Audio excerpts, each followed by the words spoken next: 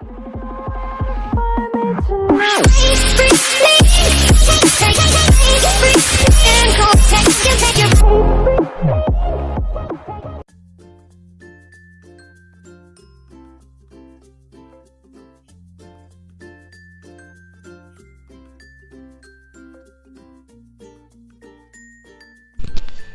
guys!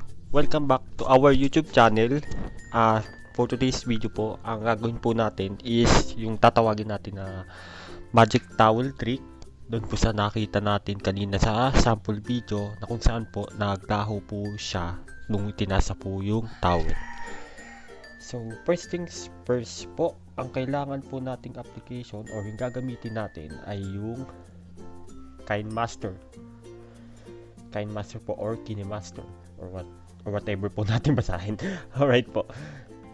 So kung wala pa po kayo niyan, just go ahead lang po sa Google Play Store and it's free to download po.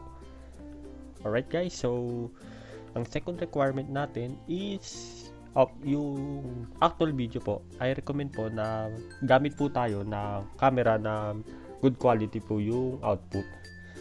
Alright guys, so let's start. Step 1 po, open po natin si Kinemaster. Then, gawa po tayo ng new project. Hit lang po natin yung malaking bilog. Then, pili po tayo ng aspect ratio. In my case po, gamitin po natin si 16:9. Then, open po natin yung media. Then, i-browse po natin yung video na na-record po natin. Media po, and then go to camera. Oops, sorry. Movies. Alright guys, so after po natin siya na ma-load doon sa timeline dito sa baba, punta po tayo doon sa part na kung saan po itinataas po yung towel.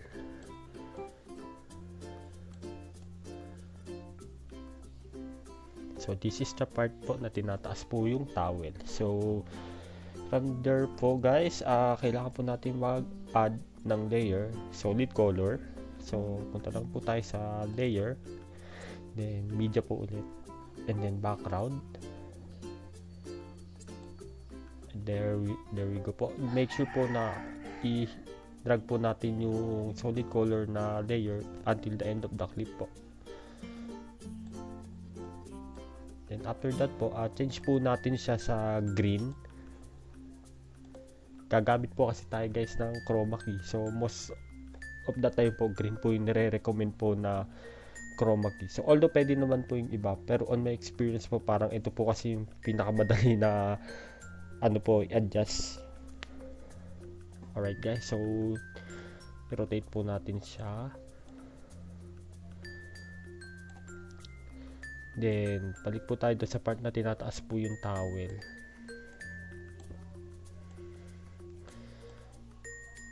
Alright. So, guys, after po natin mailagay si solid color na layer dito sa ilalim ng towel, hit po natin itong key icon on the left side of the screen. Then, push po natin ng left si timeline.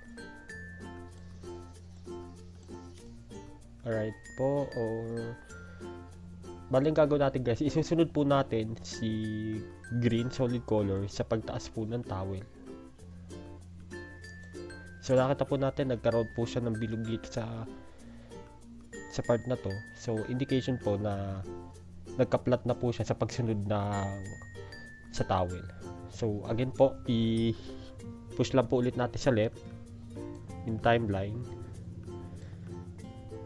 Then, si green po ulit, itataas natin. There we go. Then, so, ulitin lang po natin until po na makarating po siya doon sa itaas, yung towel po.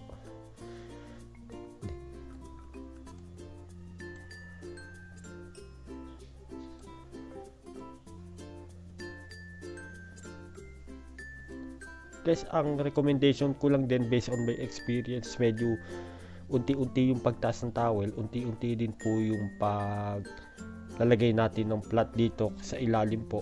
Napansin ko lang po sa mga testingan ko po, medyo minsan mabilis yung pagtaas ng green or minsan nahuhuli po. So it is my ano lang po, personal experience ko lang po on my observation po. Then balik po tayo sa sa pagpa-plotting.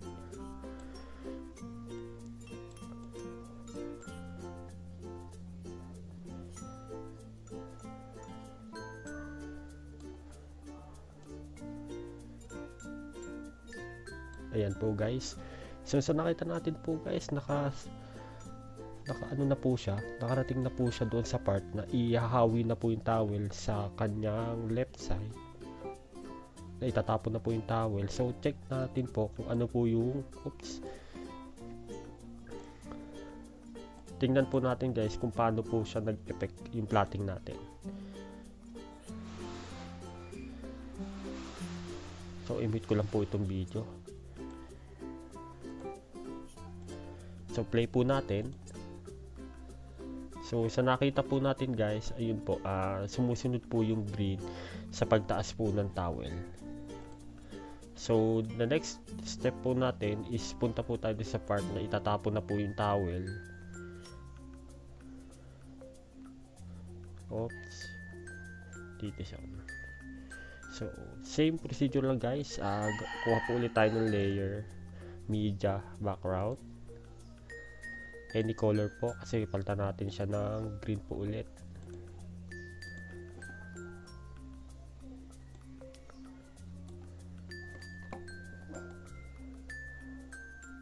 Then don't forget guys na i-stretch po natin tong bago nating layer until the end of the clip po. Then balik ulit tayo doon sa part natin, natapon po si towel. Then hit agad po yung key icon. Push the timeline sa kaliwa.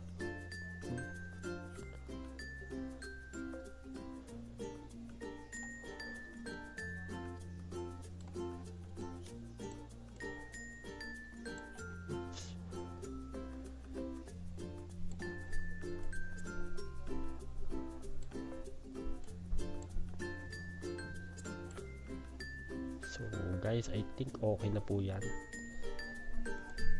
So try po natin siya na i-play para po makita natin yung final output po ng pag-cover po ni green.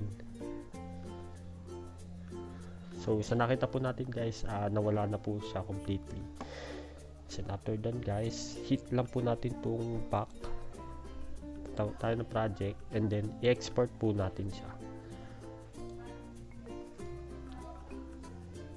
Wait na po tayo ng few minutes.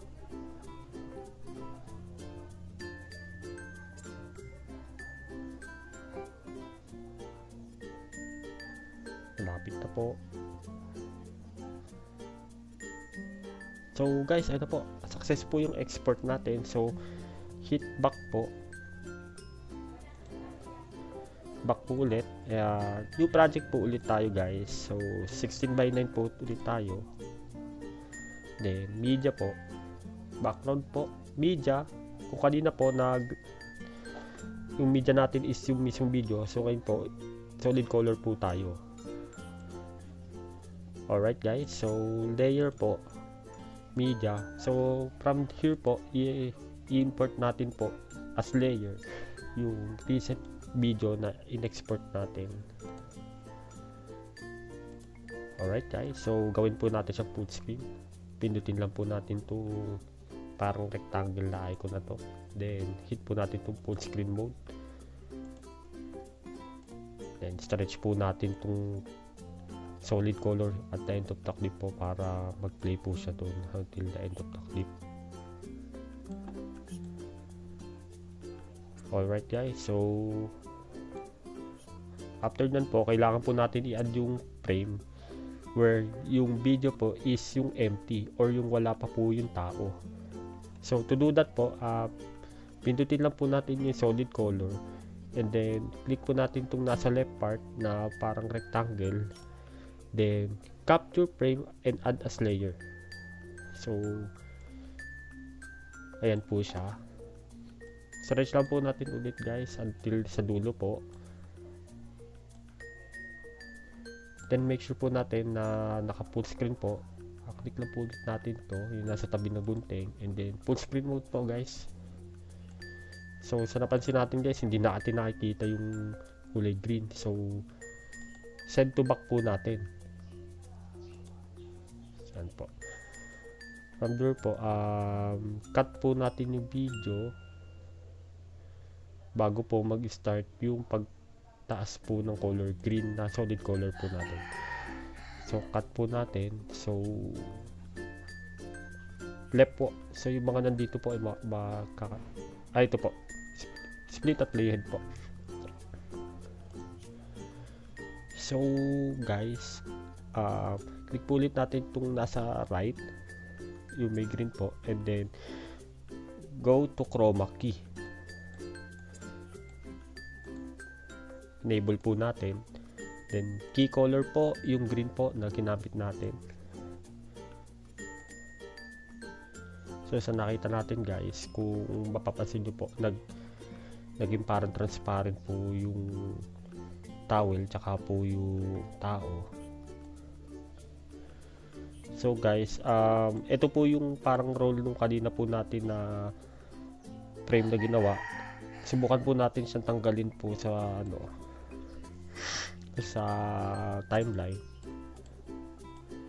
So makita nyo po guys, nagiging gray po yung surroundings kasi po ito po yung nasa ilalim niya. So gawin po natin siyang green, nagiging green din po siya. So kaya po kailangan po natin si frame po para po siya po yung makita doon sa video. So guys, back to chroma key tayo guys.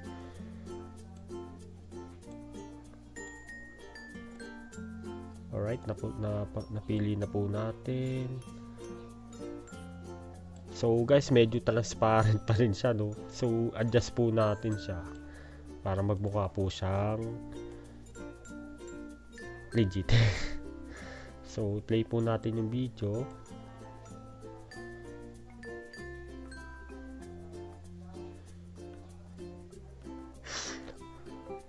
Alright guys, I think that's it po. So kung nagustuhan nyo po yung video, please don't forget to hit like and subscribe po sa ating channel. I-hit nyo na rin po yung notification bell po para lagi po tayong updated sa mga bago nating upload. Maraming salamat po at kita-kits po sa susunod na video.